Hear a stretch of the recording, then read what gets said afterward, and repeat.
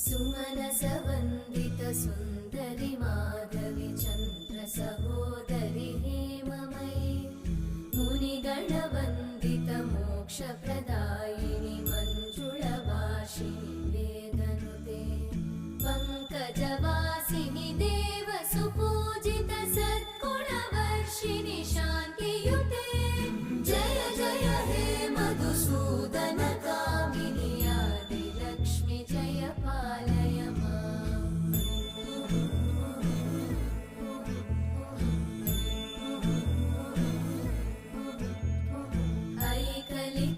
ऐकलिकल्मषनाशिनि कामिनि वैदिकरूपिणि वेदमये क्षीरसमुद्भव